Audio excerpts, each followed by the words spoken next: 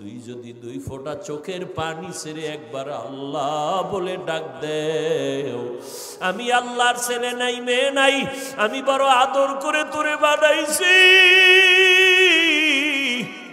ও বান্দা তুই জবানটা দিয়ে যখন আল্লাহ বলে ডাক দিবি, আমি আল্লাহর কুদরতি অন্তরে তুফান মায়ার রহমতের ঢেউ, আমি আল্লাহ রহমতের দরজা খুলে দেই আর বলি বান্দা তুই যা দরকার চা, আমি এখন তোর জন্য সব বরাদ্দ দিয়ে দিব।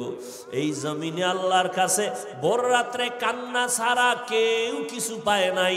যত নবী যত সাহাবায়ে কেরাম ওই রাতের কান্নার আওয়াজ, যত আল্লাহর খাঁটি গোলাম সবাই ভোর রাতে কান্নার আওয়াজ দিয়েছেন। আর একটা দোয়া কবুলের সময়, রোজাদার যখনই দোয়া করবে তখনই কবুল হবে। তবে রোজাদারটা রোজাদার হতে হবে। ওই রোজাও রাখবা, মিথ্যাও বলবা, ঝগড়াও করবা, এই রোজাদার হলে হবে না। রোজাদার তোমার চোখের রোজা, হাতের রোজা, কানের রোজা, পায়ের রোজা। অর্থাৎ রোজা মানি গুনাহ থেকে বেঁচে থাকো, পানাহার থেকে বেঁচে থাকো, আর রোজার দ্বারা তাকওয়া অর্জন করো। রোজা রাইখে যেমন খানার থেকে বাঁচলা, তাকওয়ার সবক আদায় করো, গুনাহ থেকেও বাঁচো, হাতেরও বাঁচাও, চোখেরও বাঁচাও। এইভাবে করিয়া তুমি যদি দোয়া করো সাথে সাথে কবুল। তবে এর মধ্যে আর একটা স্পেশাল সময় আছে, ইফতারি সামনে নিয়ে মাওলারে দোয়া করো, মাওলার কাছে বলো। ইফতারি সামনে নিয়ে দোয়া করবা, কসম আল্লাহর জায়গায় কবুল। কিন্তু আমাদের কপাল খারাপ, ইফতারির টাইমে এত কাজের আগ্রহ বেড়ে যায়, মহিলারও কাজের মধ্যে ব্যস্ত বানায় দিছে। আবার নিজে যা একটু সহযোগিতা করবে তাও করে না, খালি ভুল ধরে। বেসন কম হয়েছে কেন পেঁয়াজুর মধ্যে, এইবার শরবতে চিনি কম কেন, এই কেন কেন করতে করতে আজানি টের পায় না। আর মসজিদ টসজিদে যদি ইফতারি করে, হ্যাঁ তো আর এক বাজার, আর এক বাজার। ইফতারির টাইমে, দোয়া কবুলের টাইমে দুনিয়ার কথা বলে মসজিদের ভিতরে বা বিভিন্ন অনুষ্ঠানে। ইফতারির আয়োজন, বেশি মানুষ যেখানে বসে, শুধু কথা কথা কথা, অথচ ওই টাইম চুপ করে আল্লাহর কাছে দোয়া করো। এই বরকতের মাস আর একবার পাবেন, গ্যারান্টি আছে। মায়ার নবী দোয়া করতেন, আল্লাহুম্মা বারিক লানা ফি রজব ওয়া শাবান ওয়া বাল্লিগনা রমাজান।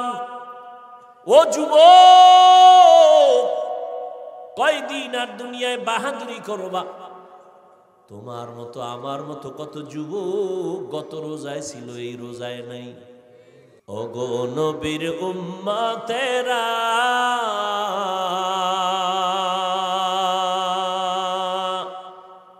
হয়ে আজি দিশাহারা,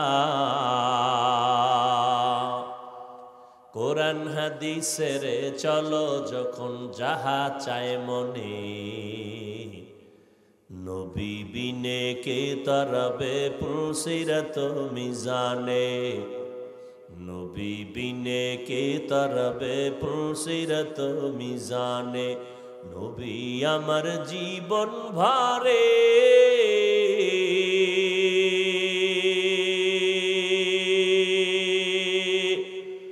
দিনের লাগি কষ্ট করে, দান দান শহীদ করিলেন উহুদেরই ময়দানে, নবী বিনে কে তরবে পুলসিরত মিজানে, নবী বিনে কে তরবে পুলসিরত মিজানে। এমন এতিম নবী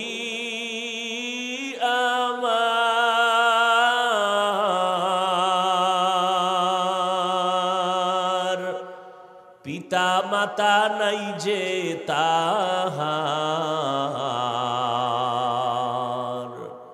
তারপরেও কত মারা মারলো তাকে দুশ্মনে,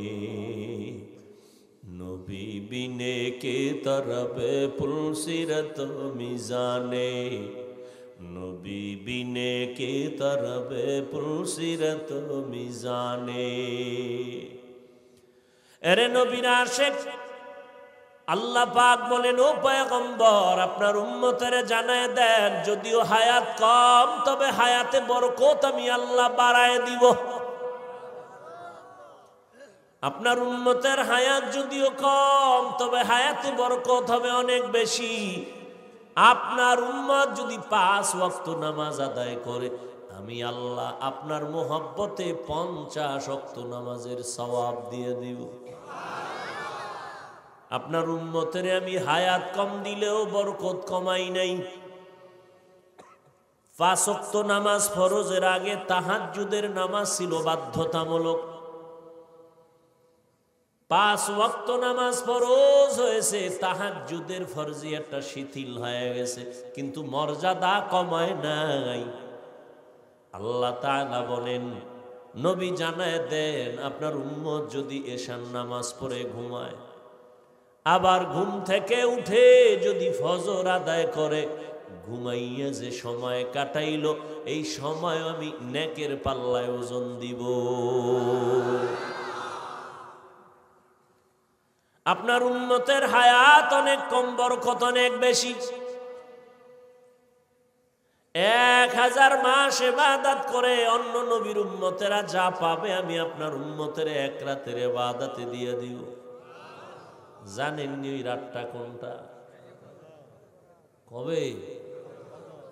ইন্না আনজালনাহু ফি লাইলাতিল কদর ওয়া মা আদরাকা মা লাইলাতুল কদর লাইলাতুল কদরি খায়রুম মিন আলফি শাহর। 1000 মাস, এর থেকেও আরো বেশি, ওর সমান না, আরো বেশি। খায়রুন মিন আলফি শাহর, 1000 মাস থেকেও উত্তম। বলে কত বেশি? কয় যখন কোরআনের এই আয়াত নাজিল হইছে তখন সর্বোচ্চ গণনার সীমা ছিল 1000 হাজার। তাহলে বেশি কত? কয় এখন আসছে কত? লাখ, কোটি, মিলিয়ন, ট্রিলিয়ন, বিলিয়ন, কিয়ামত পর্যন্ত যত আসবে এর 1000-এর সাথে হাজারের সাথে লাগায় দাও। 1000 মাস ছিল, এখন 1000 লক্ষ, 1000 কোটি, 1000 মিলিয়ন, 1000 ট্রিলিয়ন, 1000 বিলিয়ন ইবাদত করলে যা পাবে 1 রাতে মুহাম্মদের উম্মত তা পাবে।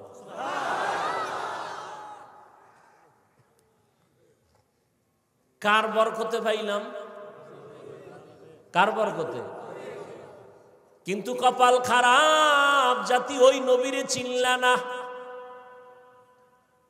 কেমন মায়ার নবী আমার,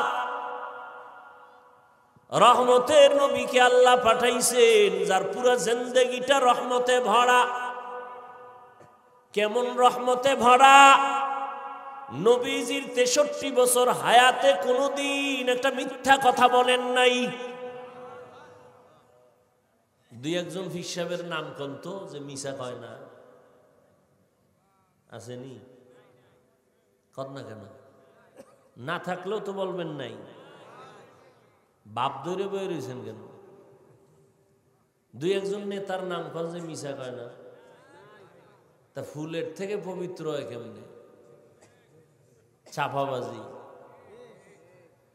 কেমন একজন নবী আমার, যার 63 বছর হায়াতে ভুলেও একটা মিথ্যা বলেন নাই। আপনি চিন্তা করতে পারেন, সে তো শিশু, কিশোর, যুবক, অজান্তেও তো অনেক কিছু মানুষ কইরা ফেলায় না? তো কেমন নবী যে পৃথিবীতে আগমন থেকে ইন্তেকাল পর্যন্ত ভুলেও একটা মিথ্যা কথা বলেন নাই।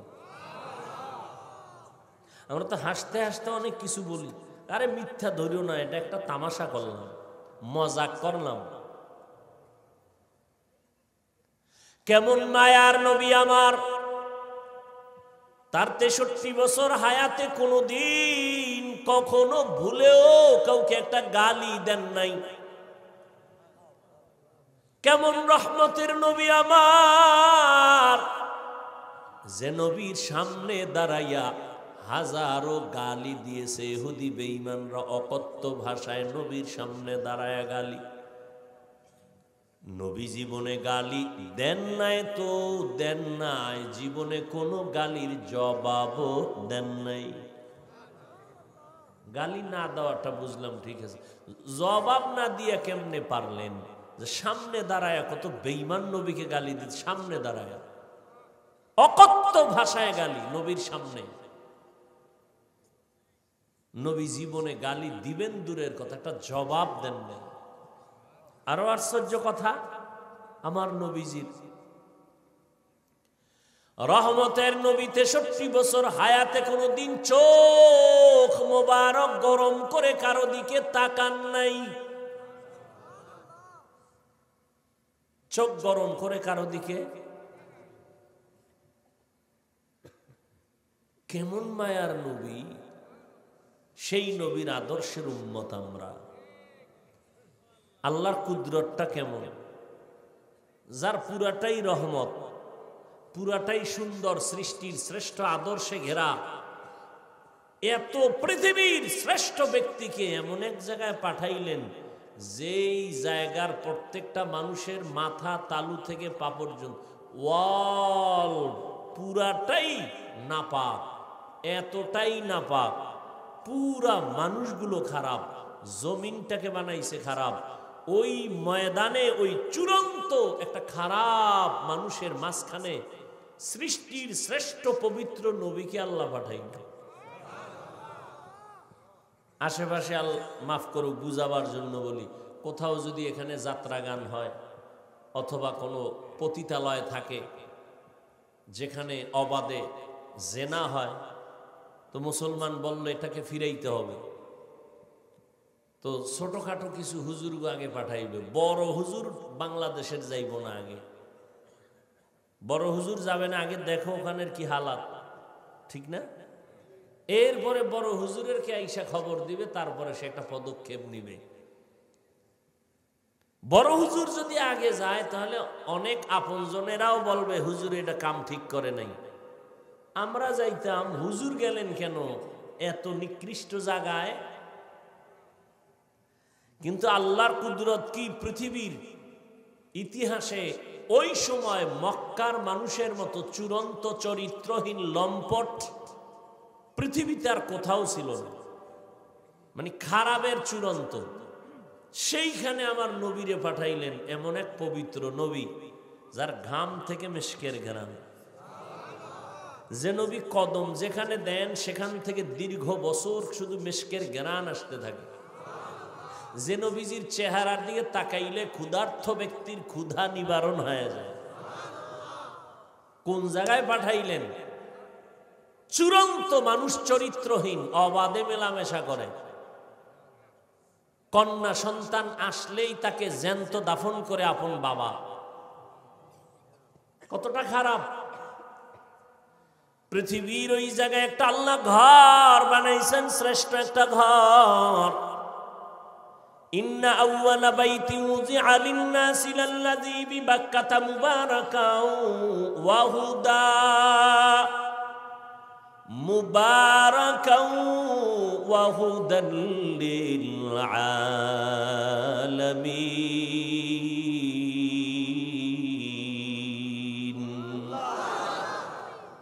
আল্লাহ জমিনটা বানায় একটা ঘর বানাইছেন, আর কিছু নাই জমিনে। জমিনটা বানাইয়েই আল্লাহ একটা ঘর বানাইছেন। প্রথমে ছিল পানি, সাগর, সমুদ্র, সব মাওলার কুদরত, কেন মেন চলবে না। আল্লাহ পাক সব বুঝার মেমোরির মধ্যে জিবি দেন নাই। আপনার মেমোরির জিবি 2, আপনি 8 জিবির মেমোরিতে কি আছে এটা যদি টানাটানি করেন তাহলে ওটাও হ্যাং, আপনিও হ্যাং। বুঝেননি? তাহলে মানুষের মধ্যে মেমোরির জিবি আছে, কিন্তু বুঝেন না? মেমোরি কার্ডের সাইজ সমান না, কথা বলেন না কেন? 1 জিবি মেমোরির যেই ডিজাইন, যেই সাইজ, 8 জিবি মেমোরির সাইজও কি এক না? ভিতরের কারবার কি এক? এই আমগো মেমোরি এই ভিতরে মাথার সাইজ সব এক, ভিতরের জিবি কি এক? কারো জিবি 1, কারো জিবি 2, কারো জিবি 4, কারো জিবি 8, এভাবে মেমোরি মানুষের ব্রেনের মধ্যে আল্লাহ এমন জিবি দিছেন, আনলিমিটেড মেমোরি দেওয়া এর ভিতরে জিবি। এটা সারা দুনিয়াটাও যদি জ্ঞান ঢুকাইতেই থাকো ঢুকাইতেই থাকো ঢুকাইতেই থাকো, মেমোরির 1%ও শেষ হবে না। কিন্তু বেতালে উল্টাপাল্টা করলে আবার দেখবা যে মেমোরি হ্যাং হয়ে গেছে। এই যেটি আল্লাহরে গালি দেয়, নবীরে গালি দেয়, জিবি ছিল ঠিকই, কি হয়ে গেছে? হ্যাং হয়ে গেছে। কারণ সব বিষয় ভাবার মতো আল্লাহ সবাইকে মেধা দেন নাই। ওইটা নিয়ে যদি সে চর্চা শুরু করে তখন সে খারাপ রাস্তায় চলে যাবে, মাথা নষ্ট হয়ে যাবে।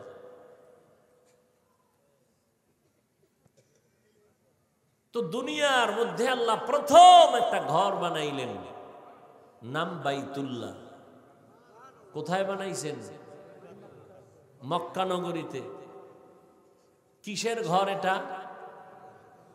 ঘুমানোর ঘর, বসবাসের ঘর, ইবাদতের ঘর, হেদায়েতের ঘর। আল্লাহ জমিনটা বানাইয়া প্রথম হেদায়েতের ঘর কেন বানাইছেন? বসবাসের ঘর কেন বানান নাই? কারণ এই জমিনের চিফ গেস্ট হবে মানুষ, এই জমিনের প্রধান মেহমান মানুষ। আর এই মানুষ আল্লাহ পাঠাইবেন ইবাদতের জন্য। এ কারণেই ইবাদতের ঘর আগে বানাইছেন, বসবাসের ঘর বানান নাই। কারণ দুনিয়ার চিফ গেস্ট, প্রধান মেহমান মানুষ। এরা দুনিয়ায় প্রধান মেহমান যারা হবেন, এরা কি আজীবনের লেগে এক জায়গায় আসেন? কি প্রধান মেহমান কি দীর্ঘ টাইম থাকে? তার কাম শেষ দৌড়, ঠিক না? তাহলে জমিনের প্রধান মেহমান কারা? এই আজীবন থাকা যাবে না। তো কেন আসছে? ইবাদত করবে। দুনিয়াতে মানুষ প্রধান মেহমান, কাম কি? ইবাদত। দুনিয়াতে করো ইবাদত, বসবাসের জন্য তোমার আল্লাহ স্থায়ী ঠিকানা বানায় রাখছেন জান্নাত। কোথায়? আমেরিকায়, ঢাকা গুলশানে। এমন জান্নাত আল্লাহ বানায় রাখছেন যেই জান্নাত চোখ কোনোদিন দেখে নাই, কান শুনে নাই, অন্তর কল্পনাও করে নাই। এত সুন্দর জান্নাত আল্লাহ বানায় রাখছেন। আল্লাহর নবী গর্ব করে বলেন, আমি জান্নাতের তালার চাবিটা খোলার আগে অন্য কোনো নবী জান্নাতে ঢুকতে পারবে না। আর আমার উম্মতেরা জান্নাতে ঢুকার আগে ভিন্ন কোনো নবীর উম্মত জান্নাতে ঢুকার সুযোগ পাবে না। এমন সুন্দর জান্নাত আল্লাহ বানায় রাখছেন। এর নবীর আশিক রহমতের নবী মক্কা নগরীতে আসলেন।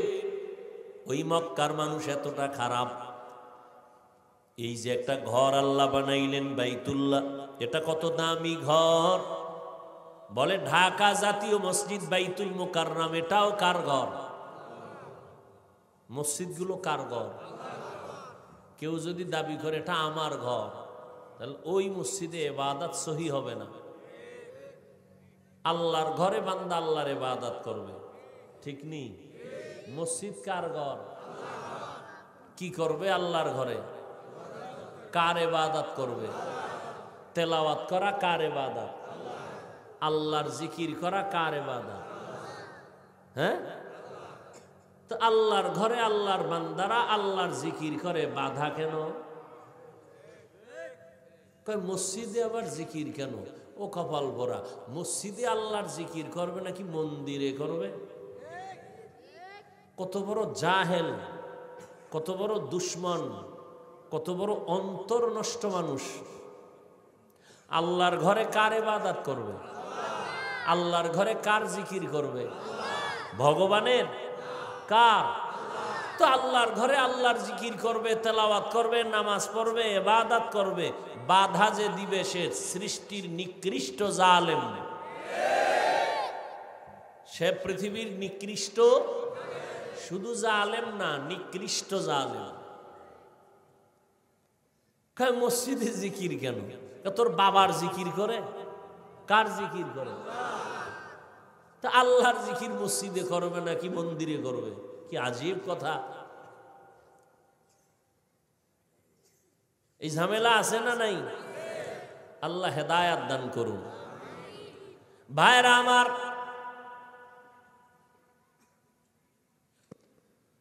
হ্যাঁ, এমন একটা বাইতুল্লাহ, জাতীয় মসজিদ আল্লাহর ঘর, তবে বাইতুল্লাহর সমান নেই। জাতীয় মসজিদের দিয়ে তাকায় থাকলে কোনো সওয়াব নাই, কিন্তু বাইতুল্লাহ এমন একটা ঘর, শুধু যদি তাকাইয়া তাকায় দেখে আমল নামায় অনবরত সওয়াব লেখা হবে। শুধু তাকায় দেখবে, কিচ্ছু বলবে না, শুধু তাকায় আছে আল্লাহর ঘরের দিকে। ফেরেশতাকে আল্লাহ বলে শুধু সওয়াব লিখতে থাকো। এমন একটা দামি ঘর বাইতুল্লাহ, যার আঙ্গিনায় 1 রাকাত নামাজ পড়লে কত সওয়াব? 1 লক্ষ রাকাত নামাজের সওয়াব। একটা সেজদা দিবেন 1 লক্ষ সেজদার সওয়াব। জমিনে এরকম দামি আর কোনো ঘর নাই। এটা এমন একটা দামি ঘর, যেই ঘরের আঙ্গিনায় সেজদা দিলে 1 সেজদা 1 লাখ। আঙ্গিনা বুঝেননি? আঙ্গিনা বুঝেননি? বুঝেন না, অনেকেই বুঝেন না। আমগো হুজুরেরাও বুঝেন, আপনারা কি বুঝবেন? বাইতুল্লাহ যারা দেখছেন ছবিতে বা গেছেন, এর চারদিকে মসজিদ আছে না, মানে ঘর। এখান থেকেও 1 কিলো 2 কিলো 3 কিলো 4 কিলো দূরে হলো এর পুরা আঙ্গিনা। মক্কা ঢুকতে মেইন রোডে দেখবেন, বিশ্ব রোডে রেহাল দেওয়া আছে। রেহাল দেখছেন নি কেউ? কথা হয় না। এই রেহাল থেকে বাইতুল্লাহর আঙ্গিনা শুরু। এই বাইতুল্লাহর দেওয়ালের পাশে নামাজ পড়লে যা পাবে, রেহালের পাশে পড়লে তা পাবে।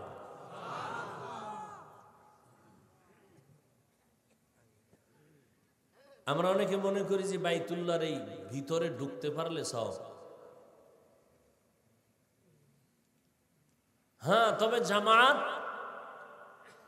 অংশগ্রহণ করা, একই সাথে একই জামাতে সুন্নাত অনুযায়ী সব একটু বেশি হতে পারে। তবে মহিলাদেরকে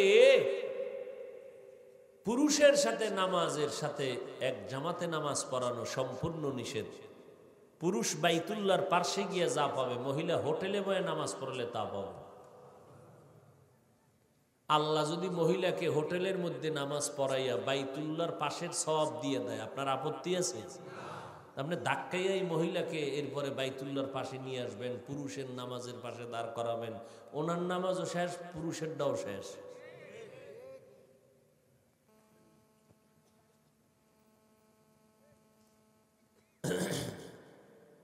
এই বাইতুল্লাহ এত দামি, মক্কার চরিত্রহীন মানুষগুলো নারী পুরুষ একত্রিত হয়ে এটার চারপাশে ঘুরে, তাও উলঙ্গ।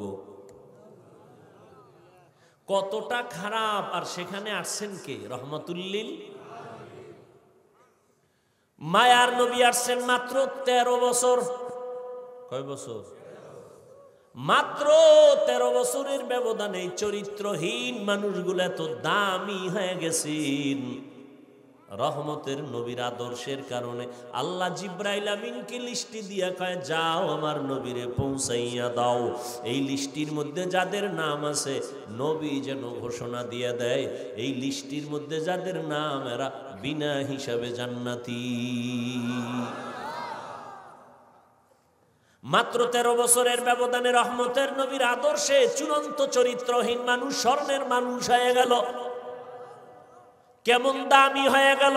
আল্লাহ এদের জান্নাতের সার্টিফিকেট দিয়ে দিলেন জমিনে,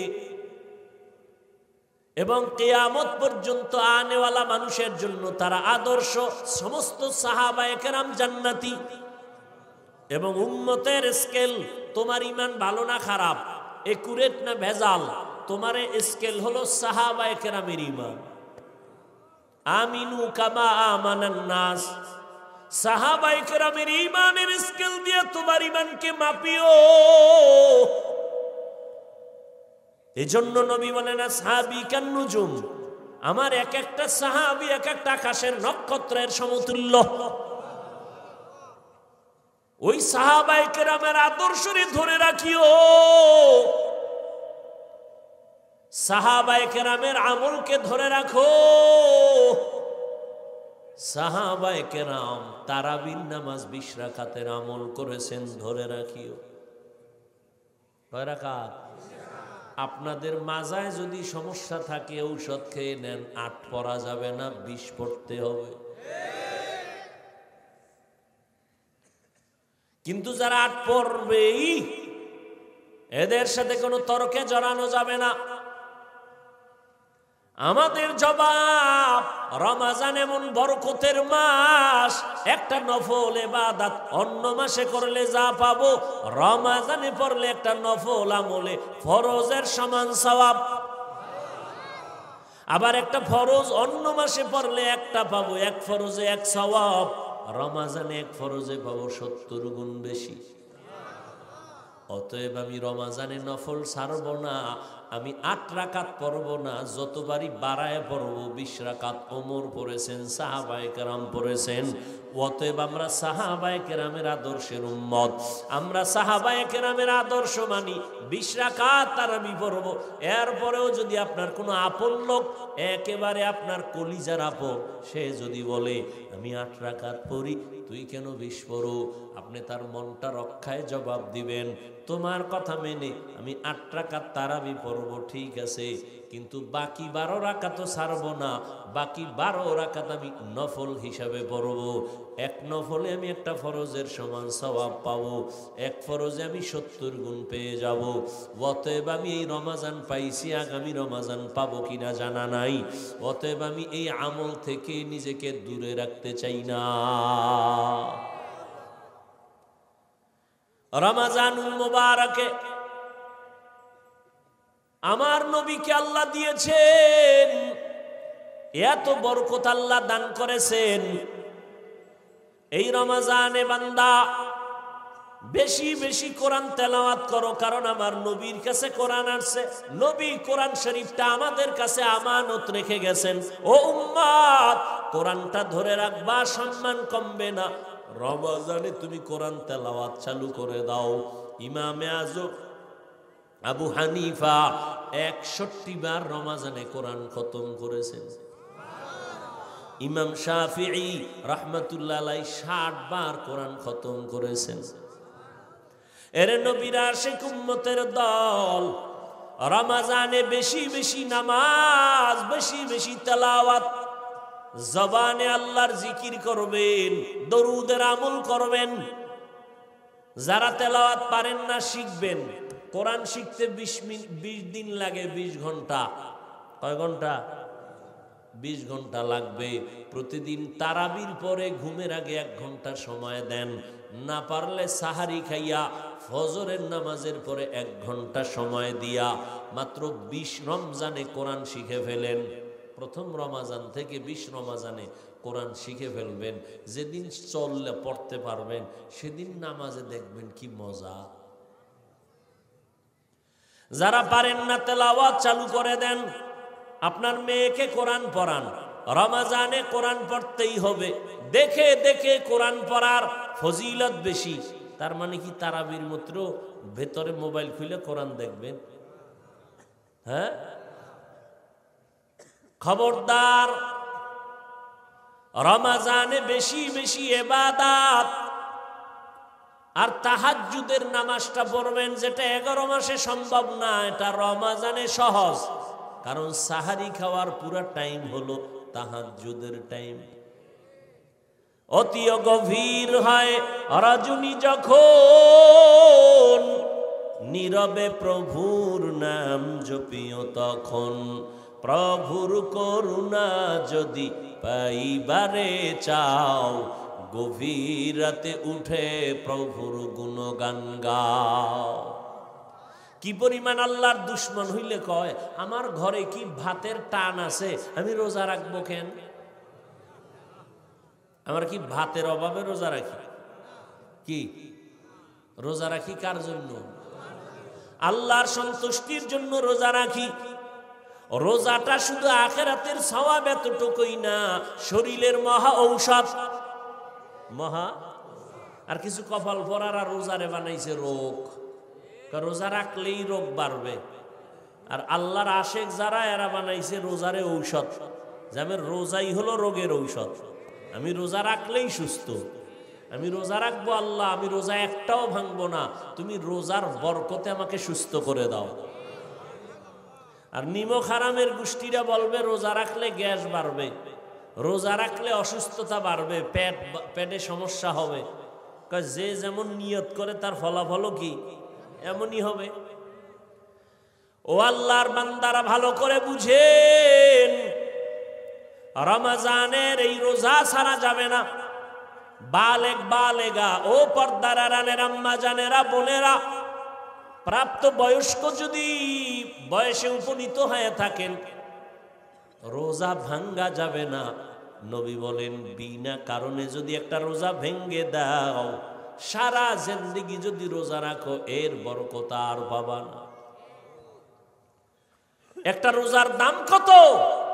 বলে একটা উড়ন্ত জন্মগত একটা কাক, একটা কাক জন্ম লগ্ন থেকে যদি উড়তে থাকে, উড়তে উড়তে উড়তে উড়তে কাকের হায়াত বেশি, কমপক্ষে 1000 বছর। একটা কাকের হায়াত কমপক্ষে 1000। এই 1000 বছর যদি উড়তেই থাকে, উড়তে উড়তে বুড়ো হয়ে গেছে, কত দূর গেছে গিয়া তো কাগজ কলমে হিসাব মিলবে? হ্যাঁ, নবীজি বলেন এক রোজার কারণে একটা কাক জন্ম থেকে 1000 বছর যদি উড়িয়া সামনে যায়, ও কত দূর গেল? এক রোজাদার এক রোজার কারণে জাহান্নাম থেকে তত দূর পিছনে গেল। এরে আল্লাহর বান্দারা, রোজার মধ্যে তাহাজ্জুদের এই সুযোগ হারাবেন না, খবরদার। 2 রাকাত নামাজ পড়বেন সাহারি খাওয়ার আগে বা পরে। পরে তো বাঙালি পারবে না, কারণ আজান দিলেও খায় না। পারলে কয় বিড়ি করে, কয় একটা বিড়ি দে। যারা পানখোর কয় পান্ডা দে। আজান দিছে কি হইছে? এখনো পরিষ্কার হয় না, আকাশ অন্ধকার, জানালা দিয়ে দেখা যায় অন্ধকার, অন্তত পান্ডা তো খাওয়া যায়। অতএব 2 রাকাত তাহাজ্জুদ কমপক্ষে, বেশি পারলেও তো আলহামদুলিল্লাহ। ওই টাইমে আমার আল্লাহ প্রথম আসমানে আসেন, আল্লাহর কাছে বলবেন, আল্লাহ তুমি যদি তৌফিক না দাও, আমার দ্বারা সম্ভব না, আমার ছেলেটা দ্বীনের উপরে নাই, তুমি হেদায়েতের মধ্যে ঢুকায়া দাও। ওই টাইম এমন টাইম, বান্দা চাইতে দেরি, আল্লাহ দিতে দেরি না।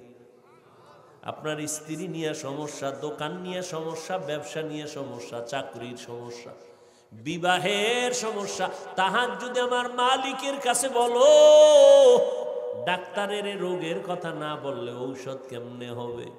আমার মাওলা তো সব জানেন, ঠিক আছে, তবে চাও, চাইলে আল্লাহর মায়া আরো বাড়বে। চোখের পানি ছেড়ে আল্লাহকে ডাকো,